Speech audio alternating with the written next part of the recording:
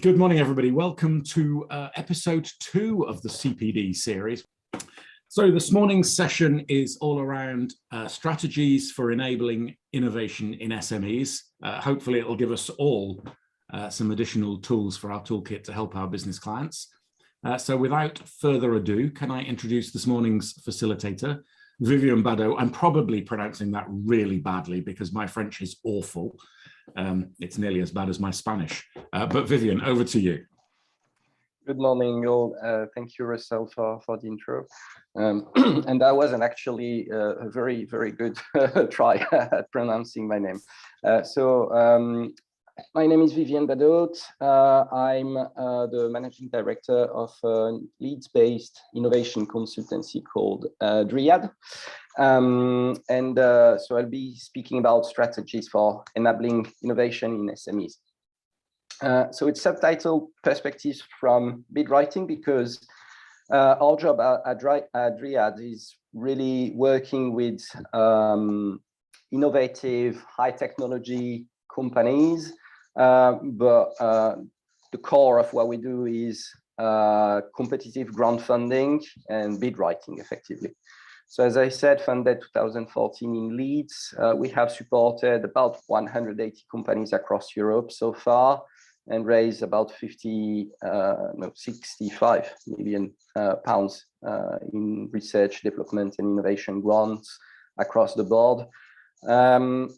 So today, what I'm going to try to give you is an understanding of what we see as bid writer and why why grants can be a good way to enable companies to innovate.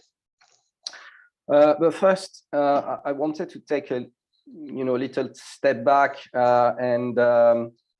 and look at what small companies, small businesses are saying about innovation. So that's a survey done by the Federation of Small Business from 2018. They say that while a lot of the small companies, a high percentage have introduced innovation, actually, most of them are not considering innovation, only 10% of them.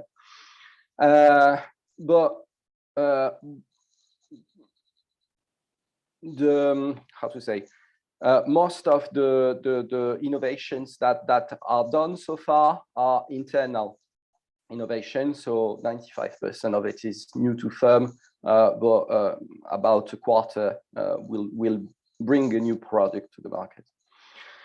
And from their perspective, the main barrier to innovations is, well, first and foremost, lack of time, lack of staff, and they see that as too challenging. I'm not seeing here lack of funding, but just 10% of those smaller firms that have innovated actually used and leverage financial support from the government. And actually, what we think is that by accessing this funding, you can address most of these issues. So we'll come back to that. I'll add a bit of perspective here from research that we have done at DRIAD. So we did a Freedom of Information request to Innovate UK a few years ago to have an idea of what's the percentage of grants that are coming from different regions. What we've seen, and that was expected, is that most of the applications that are successful, or most of the application in themselves, and obviously most of them are successful, will come from the south, especially London and the southeast, and that Yorkshire is among the top, among the bottom 4 in the number of application. And if you compare that to the number of businesses that there are in the region compared to London, for example, what you realize is that small companies apply at a rate of about half to that of London to grant funding. But while there's a lot less application, the success rate is much higher. So in the region, the success rate of application is about 81% compared to 53% in London, which is significantly different, and shows in the end that it's a question of confidence in their innovation capability more than really, skills. So we have made an update on this. Both of them are on our blog, if you are interested. So when we are speaking about innovation, most of the small businesses get a bit frightened on principle, because they hear innovation as being high cost research and development, big projects that are being run by like large organization or academia, universities. But effectively, a lot of the innovation comes bottom up from problem solving. And a good way to see what innovation is often is to see how organizations, so consultancy that do research and development tax credit, will go about checking the eligibility of the work that has been conducted in the company to research and development tax credit. So on principle, it goes like that. Did you have any issues to solve?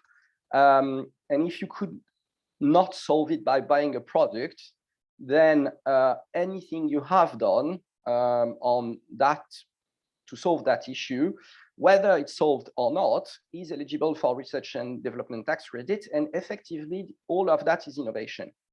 But if it has potential elsewhere, then not only it's innovation, it's high potential innovation can be something that can be transformed and adapted and become a new product. So anything that goes in the research and development tax credit can be qualified as innovation and will have a transformative impact on the company. Obviously, if the issue was not solved, maybe a bit less so, but they will still be able to get some funding that will enable to continue innovating. So our approach is really to look at this and look at that approach of identifying what projects were conducted in the company, and take that forward. So the question is, will you have issues to solve? Yes. Have you identified them yet? Whether the question is yes or no, do you have adequate funding in place? Do you have a team in place, etc.? We are already there in innovation strategy. And funding comes rather quickly in the equation. Just to put a further emphasis on how small companies innovate, in the FSB survey that I just presented, about 2/3 of innovators reported investing up to 10,000 to innovate in the past 3 years, and 37% up to £1,000. So it's really, really small amounts, which means that even smaller grants can have a major impact. So this is a bit standard, but I still wanted to go over what were the main arguments for innovating. So obviously there is the expected increase of turnover and profitability. So innovation, whether it is internal innovation or creating new products, can be done to increase productivity, reduce cost, create new sources of revenue, especially when, as I was saying, when you're creating a new project. But also it has often a major impact on resilience, because Doing so, you will either create and develop a new unique selling point and or intellectual property, which has an enormous value these days, increasing the competitiveness of the company, and future-proof the business. Even small internal innovation, as I was saying, can have a tremendous impact on it when it's an old firm that is adopting digital technology, for example, that can help it survive on the long term. And there's an impact on reputation. So both in building new partnership and relationship, but also in improving brand recognition and value. And that in turn can help to reduce some of the employees' turnover. So to a high level, innovation has been completely transformative over the last 200 years. So the OECD report, OECD, sorry, reports that 85% of all economic growth in the US economy between 1870 and 1950 was a result of innovation and not a result of growth in input. And what is true at this scale is true for SMEs as well. The risk of not investing in innovation, I mean, again, it might be obvious, but it's always good to tell to small businesses that any technological product or any technical solution will have a period where it's adopted, where it peaks, and then where it declines if there is no change in the application, because then new solutions, new way of doing things will appear. And therefore, the risk of not investing in innovation, losing market share, failing productivity, losing key staff, reduce margin and profits, and well, ultimately that can mean that the business is dying. I should emphasize also in the context that innovation is key in a changing world. We are all aware of the major disruption that COVID caused, and for businesses that means that a lot of them had to completely transform how they operated pretty much overnight, and to innovate new processes to be able to continue their activities, or to pivot really, really quickly to new sectors of activity, so that they could continue running. And obviously that is a huge pressure on innovation. And I mean, this is not new, but COVID has been really a catalyst. And obviously, going forward, we might expect to have different new pressures on rapid changes. Climate change is one. The change in the energy mix is another one. So macro impact on small businesses. And so we are coming to what we are doing and using at DRIAD to help companies innovate, which is leveraging grant funding. And the reason why we do that is because we think that grants are a strong incentive for companies creating innovation strategy.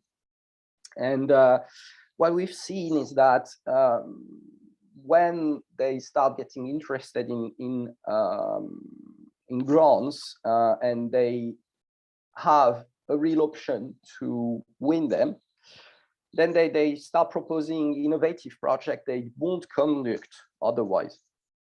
So I just wanted to give you a quick example.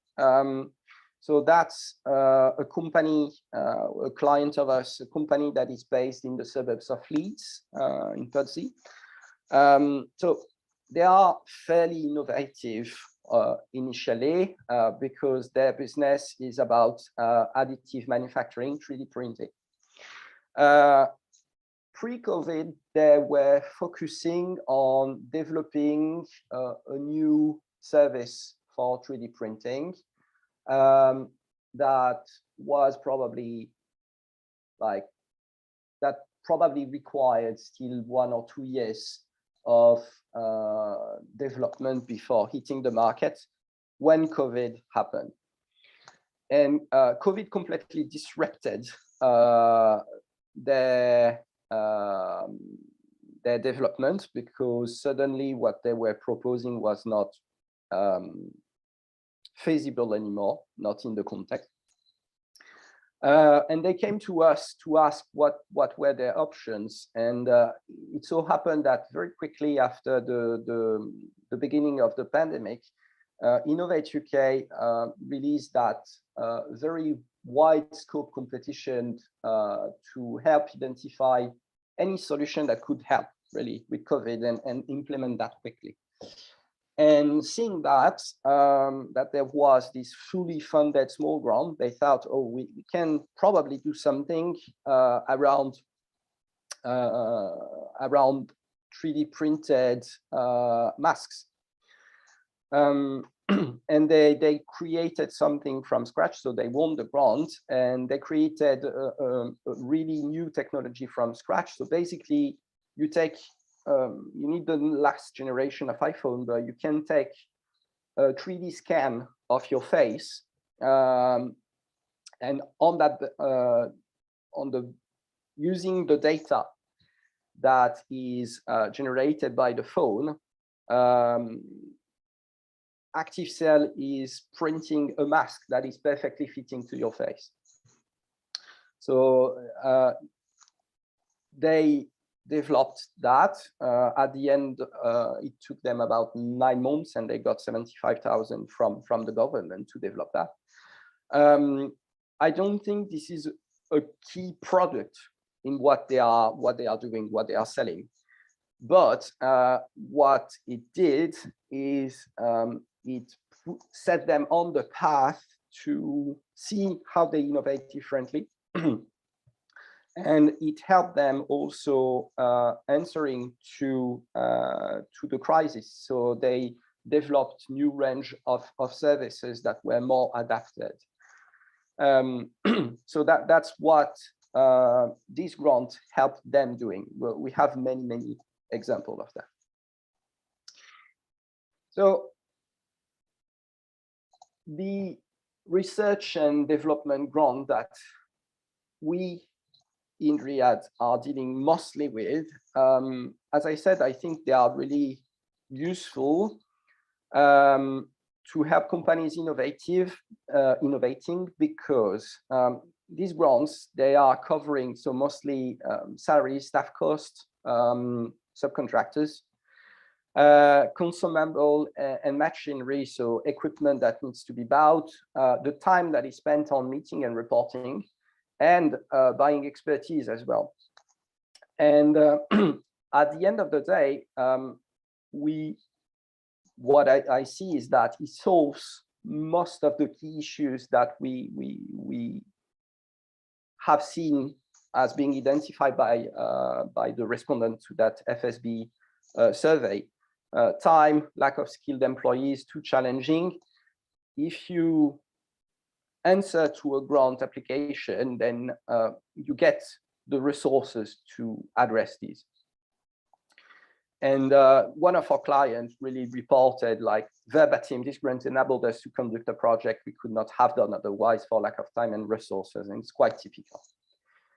But going further, these grants for SMEs, they really are important, because they are important in helping them structuring how they work and creating really a blueprint for future innovation, because it forces them to structure their project to a degree, to a point where it's precise enough so that it can be, it's detailed enough and precise enough so that it can be used later to access to other sources of funding if they want it. And they have a clear vision, a clear roadmap, and they have seen what are the pitfalls in the way, which they often don't if they are left to their own device.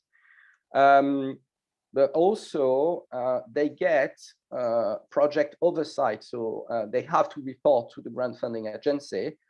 And even though it's added processes, it also helps them to actually deliver. And both of these elements will pinpoint gaps in their strategy, in their vision, in their market research at the business level, which is transformative really for them. So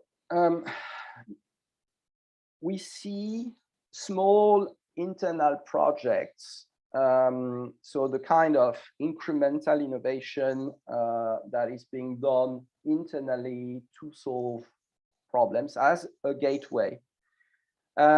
As I said, most innovation in SMEs, not speaking about startups here, is incremental. It's just trying to streamline some of their internal processes or answer to a client request that requires them to do things a bit differently.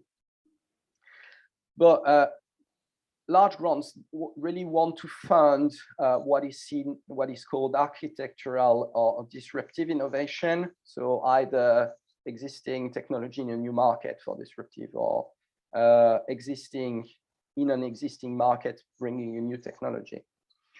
And the difference between incremental innovation and either architectural or disruptive is often the scope of the project, going from something that was done purely internally to something that is, for example, productized and sold. And small grants helps again put in place the processes that will allow this incremental innovation to be then transformed into architectural or disruptive. Just a comment on that. Radical innovation is often touted as what should be really the future, but when it comes to grant funding, I tend to say that radical innovation is difficult to fund because it's seen as even too risky for grants, and simply put, it's difficult to prove that such a project will be is established enough its basis. So either the market or the technology are established enough and proven enough so that the government will be comfortable investing, or the grant agency will be comfortable investing money in that project. So to give there's many examples of organizations that went from incremental to disruptive innovation. For example, one of our clients, an SME again, originally developed a software solution for internal use for a consultancy that was helping large facilities to streamline their processes.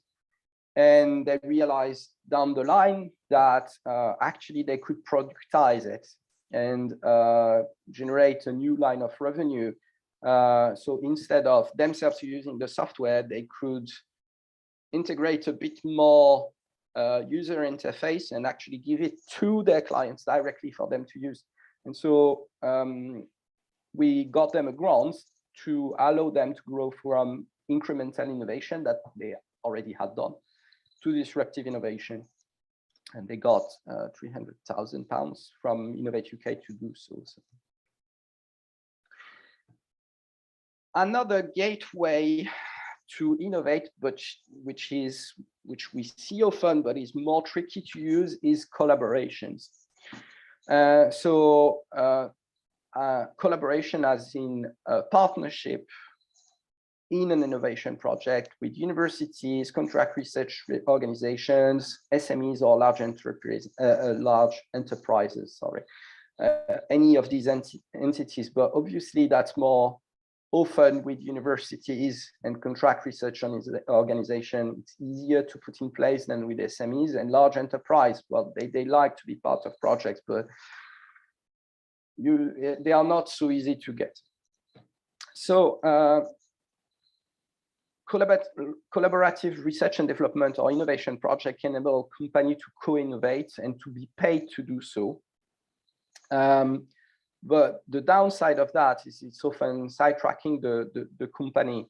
So most of the projects that we have seen SMEs tackling as part of collaboration were within the company skill set, but at the frontier of its business proposition.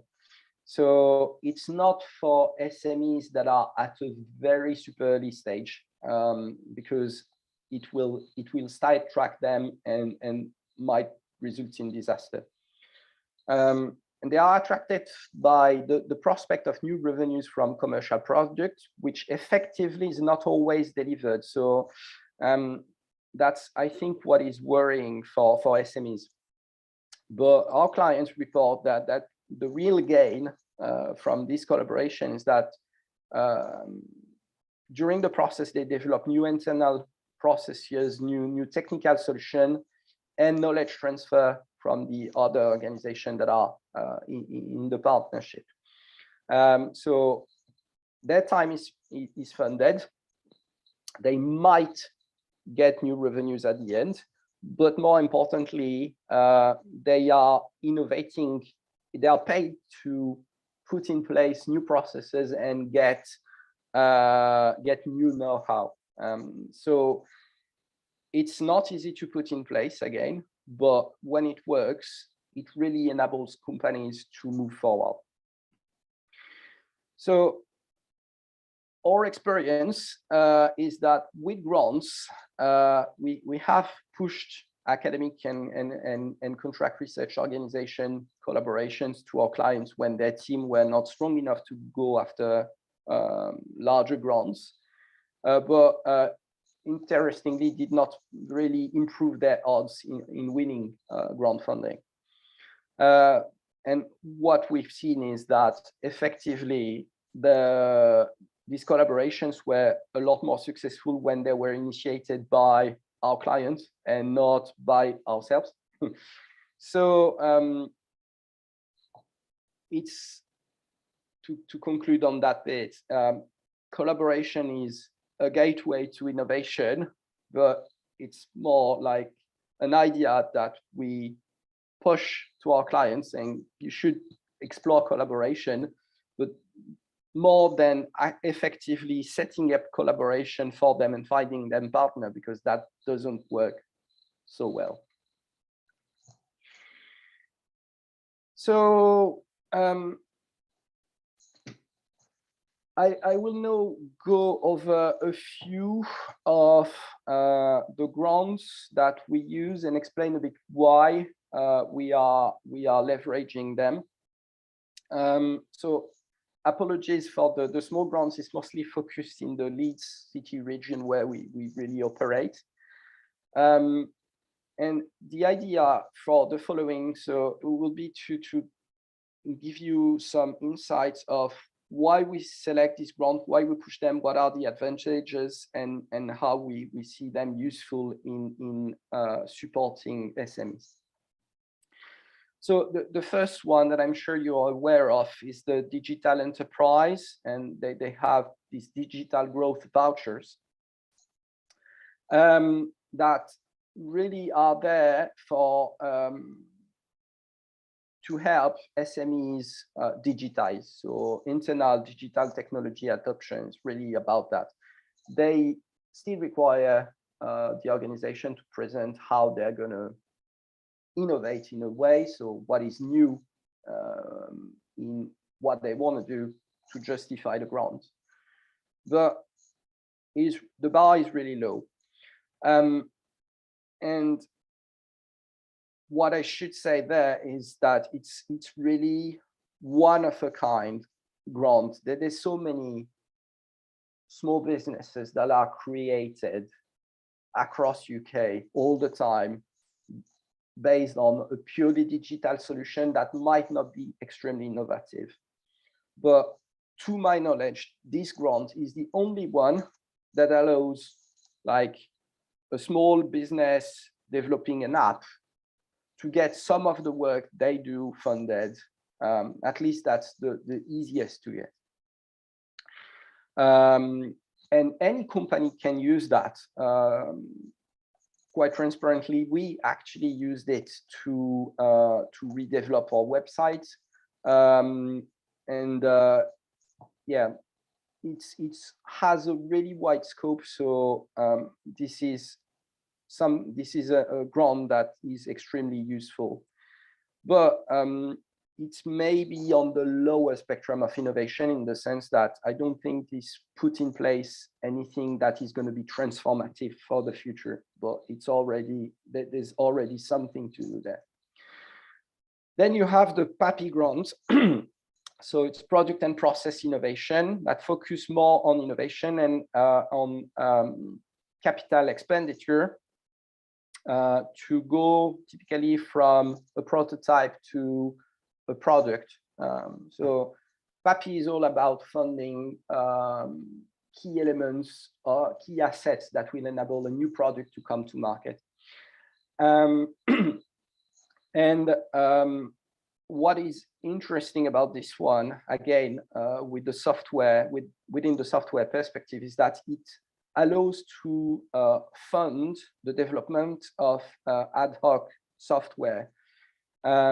So effectively can be used by companies that need a digital asset, say, again, an app being developed, to co-fund for it, which is again quite rare in the UK.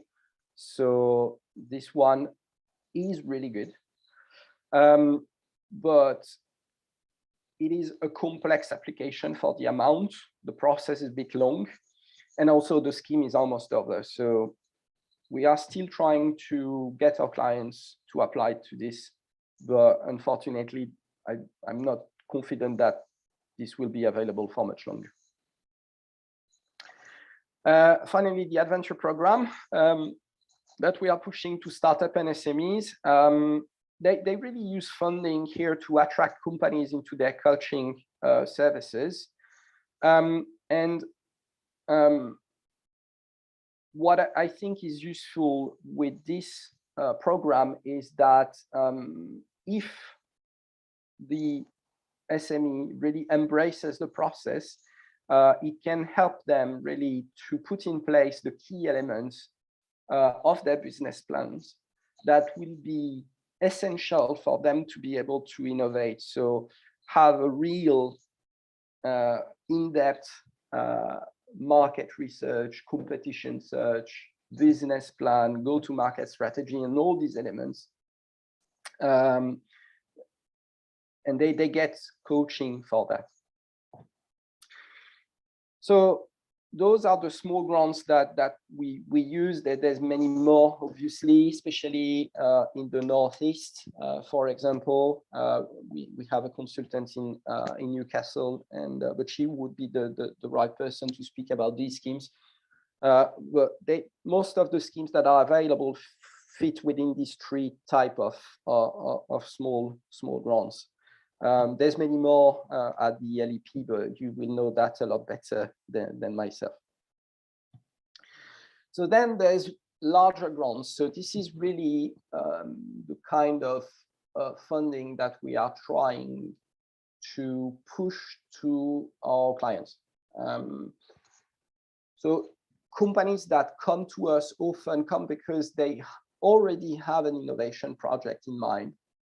And they want to see if that innovation project has the potential to attract some grant funding, mostly because they won't have any funding in place, which is often difficult.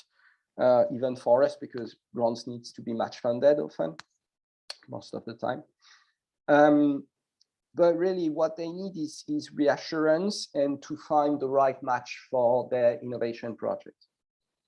So three providers really more than grants that we recommend are so Innovate UK and everything that is under Innovate UK umbrella, like the Small Business Research Initiative and some very specific grants that are made in collaboration with the research councils.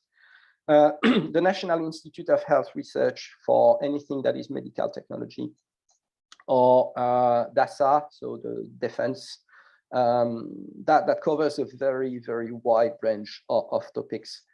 It's not by far limited to direct application, direct military application. So the grants amounts there, they go from £50,000 to several million, depending on the competitions.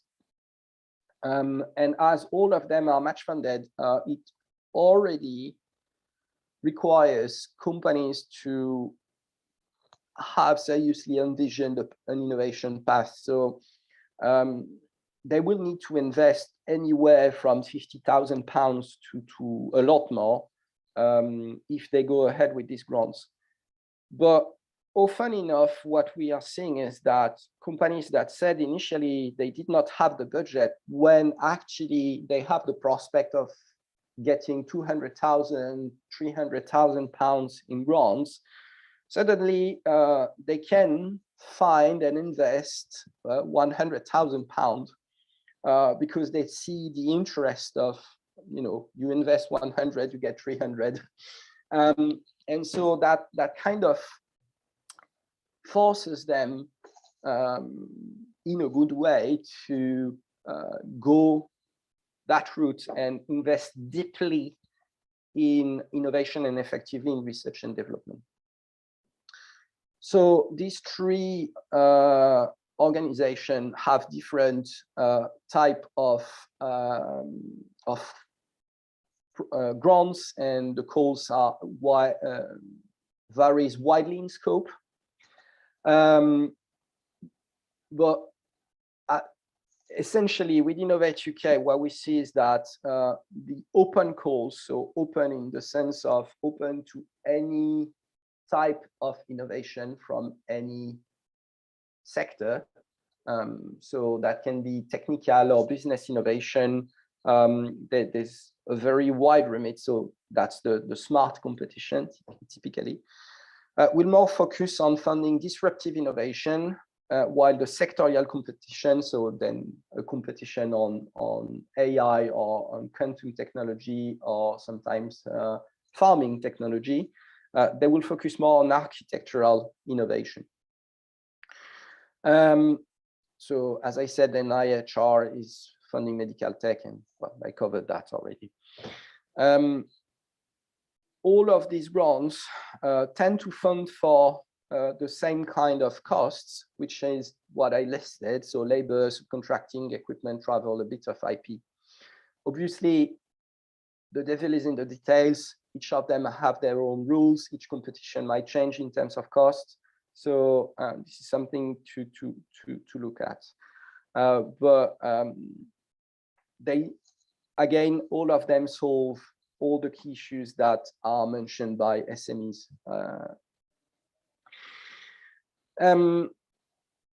With regards to why we use them and how, with Innovate UK, we tend to try to push our clients towards sectorial goals.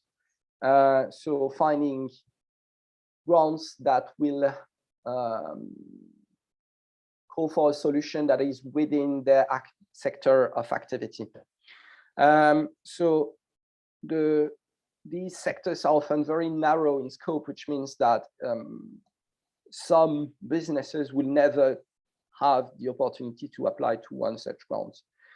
But when you compare that with the open solution, you can see that the success rates, which are indicated in percent here, are like 2 to 3 times higher when it's a sectorial innovation. And as you can imagine, it makes a huge difference because preparing one such application is a significant amount of work.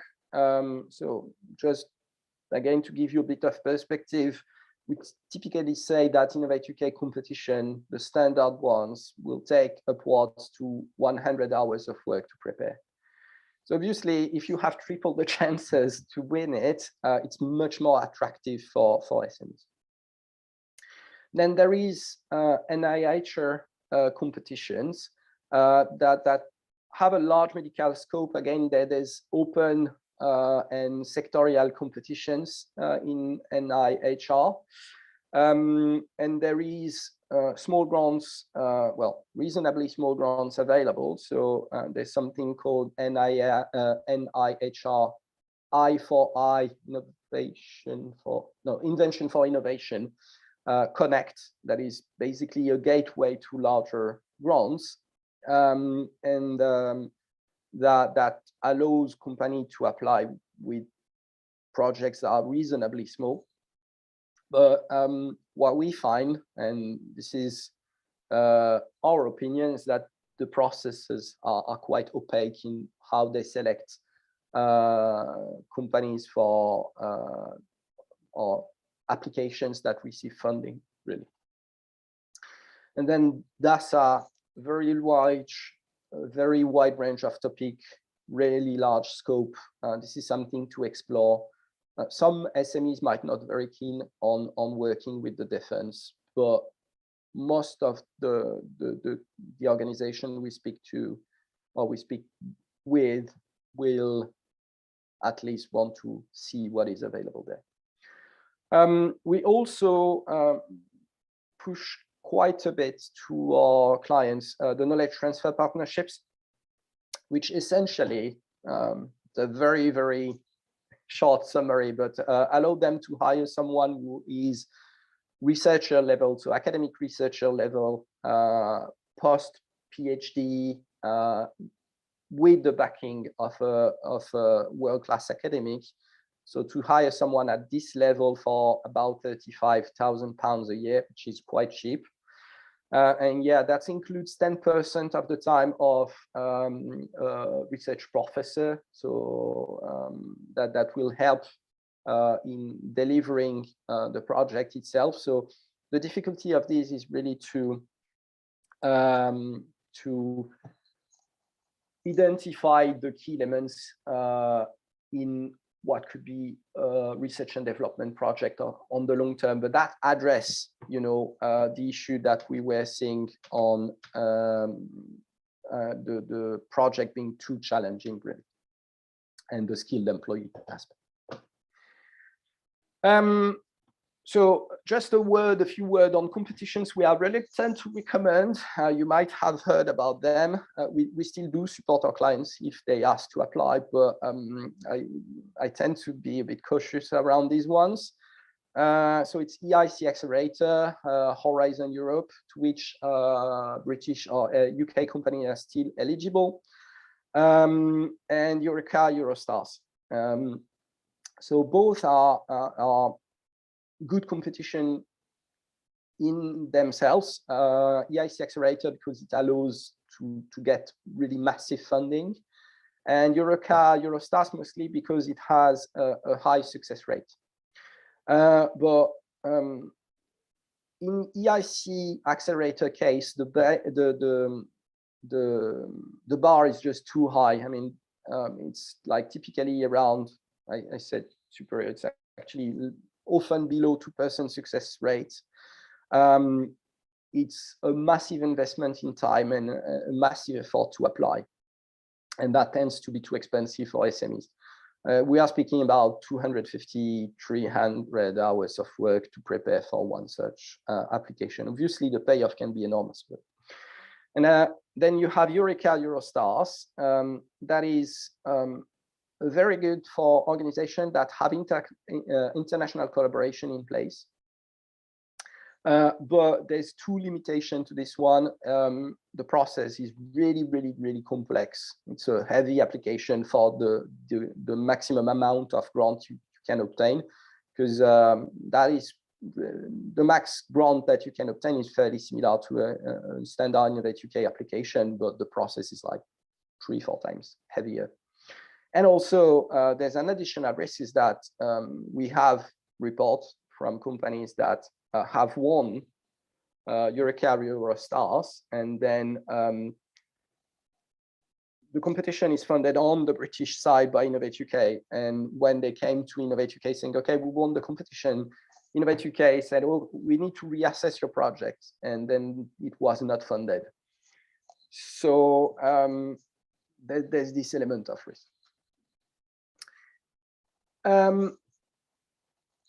To wrap up, I want to speak about two things: our experience advising innovators and the future trends in grants. So I have already spoken at length about the difference between specific and non-specific calls, so sectorial and non-sectorial calls, or open calls and sectorial calls.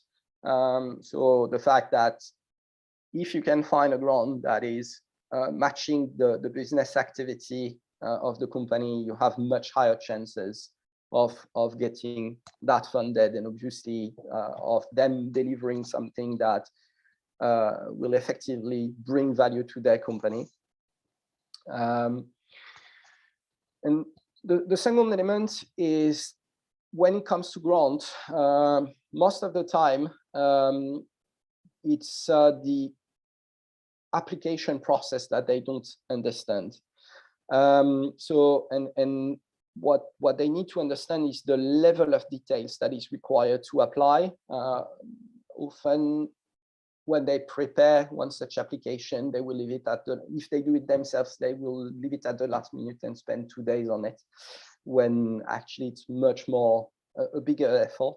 And what we see is really that they often lack key business strategy research, so elements of business plan that they should really have already available, but they don't. Most SMEs, even like high technology startups, won't have that available when they come to us. So typically market study, they won't have something in depth. Often their business model is not detailed enough, or their go-to-market strategy is not clear. And then we have an issue often with their team, where they have a very good innovation project, but they don't have the skills in-house to deliver. So that's really the key issues we see here. If companies work with us and apply for a grant and don't get it, often the projects are fully abandoned, which is obviously a very strong limitation to what we are doing in terms of enabling SMEs to innovate, because I would like to see them hooked by the process and trying to go ahead even if they don't get the funding, but most of the time they don't. Maybe it's due to the nature of the grants we are going after, which is fairly large amount, and we pitch quite risky project that would be difficult to fund in any case using private equity. So, but if the projects are funded, they definitely go ahead, and that was a very good news over the last 8 years we've been working. We never see a post-award drop, so a company not working or delivering the project they were supposed to. Just to say also, bid writing, well, we are supposed to be bid writers, so drafting, reviewing, etc. should be our job, but really, as all small business advisors advising SMEs, our job is mostly at the beginning informing and reassuring and harassing the clients for information, and I'm sure that that will be similar for you.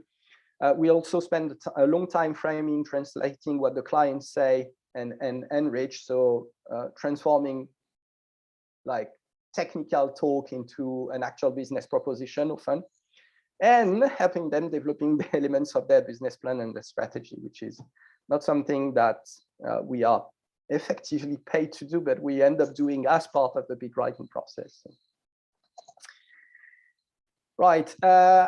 The last thing I want to speak about is the future trends with regards to grants. So obviously, change is the only constant. It's really difficult to keep on top of what's going on, even in our niche, which is for-profit, high technology companies. But what we have seen is that over the last 3 years, we have seen a massive decrease in success rates. And we put that on, we think that's the consequence of COVID, with more companies having more time to dedicate to these processes, strangely enough. Maybe it's down to awareness as well. But like, for example, for Innovate UK Smart, we went from 8% success rate to 5% and below between pre and post-COVID world, and that is a significant decrease. On